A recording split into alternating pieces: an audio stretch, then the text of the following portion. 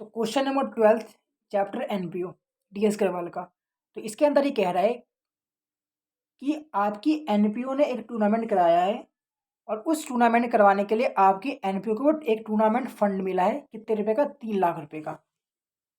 तो सबसे पहले जो आपने टूर्नामेंट फंड जो रिसीव किया है उसको आप शो कर दोगे अपने रिसिप्ट एंड पेमेंट अकाउंट में। रिसिप्ट साइड में टूर्नामेंट फंड 3 लाख रुपए, ठीक है। उसके बाद ये कह रहा है कि जो टूर्नामेंट फंड जो आपको मिला था 3 लाख रुपए, उसकी आपने कहीं जाके इन्वेस्टमेंट कर दी। तो जब आप इन्वेस्टमेंट करोगे तो आपकी एनपीओ की जेब से पैसा जाएगा, तो उसको आप दिखा दोगे अपने पेमेंट साइड में। इन्वेस्टमेंट 3 लाख रुपए की जो आपने करी है उसे दिखा दोगे अपने पेमेंट साइड में।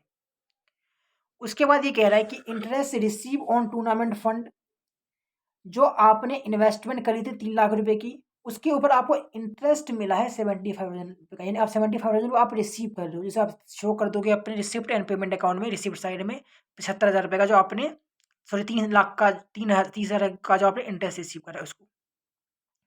उसके बाद ये कह रहा है कि जो टूर्नामेंट जो आपने अरेंज किया था उसके टिकट आपने ऑडियंस को इशू करे, यानी आपने अपने टिकट बेचे सील करे, तो उसके बदले भी आपको 75,000 रुपये आ गए। जिसे आप शो कर दोगे अपने रिसिप्ट एंड पेमेंट अकाउंट में। रिसिप्ट साइड में 75,000 रुपीज़ जो भी रिसीव करते हो उसे दिखा दो रिसिप्ट साइड में। उसके बाद ये कह रहा है कि टूर्नामेंट प्राइज अवॉर्डेड, यानी कि टूर्नामेंट अरेंज कराया आपने, उसके ऊपर आपको 60,000 रुपये का खर्चा हो गया, यानी आपको अवार्ड देना है, खर्चा होगा 60,000 रुपये का। जैसे आप शो कर दोगे अपने पेमेंट साइड में 60,000 रुपये प्राइज अवार्ड, ठीक है। अब यहाँ पे देखो, यहाँ पे आपको खर्चा हुआ है 60,000 रुपये का प्राइज अवॉर्डेड का।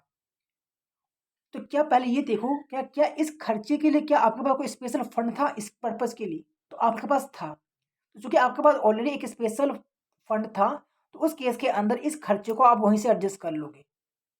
तो आपको इनकम एंड एक्सपेंडिचर अकाउंट में जाने की ही ज़रूरत नहीं है, क्योंकि आपके पास ऑलरेडी इस खर्चे को पूरा करने के लिए एक स्पेशल फंड है। यानी आप जाओगे बैलेंस शीट के अंदर, और बैलेंस शीट के अंदर जाके आप यहाँ पर लिख दोगे आप टूर्नामेंट फंड 3 लाख रुपये। उसके बाद जो आपका इंटरेस्ट जो आपने कमाया है यहाँ से, जो आपकी यानी जो भी इस टूर्नामेंट फंड के ऊपर जो भी आपको इनकम हो रही है, एक तो आपको इंटरेस्ट मिला था 30,000 रुपये का, तो उसको यहाँ पे ऐड कर दो। इसके अलावा आपने टिकट बेच के भी 75,000 कमाए थे, तो उसको भी ऐड कर दो। आप कितने पहुँच गए आप? तो आप पहुँच गए 4,05,000 रुपये। पहुँच गए? हाँ पहुँच गए। उसके बाद जो आपको खर्चा हुआ था ना 60,000 रुपये, उसको यहाँ से माइनस कर दो। तो आपका फाइनल आंसर आएगा 3,45,000 रुपये आपको शो करना है अपने बैलेंस शीट में एज ए टूर्नामेंट फंड। इसके अलावा जो आपने 3 लाख की जो इन्वेस्टमेंट करी थी ना, इन्वेस्टमेंट क्या होता है? एक एसिड होता है, इसको आप शो कर दोगे अपने एसिड साइड में 3 लाख रुपये। क्वेश्चन नंबर आपका ये 12 था।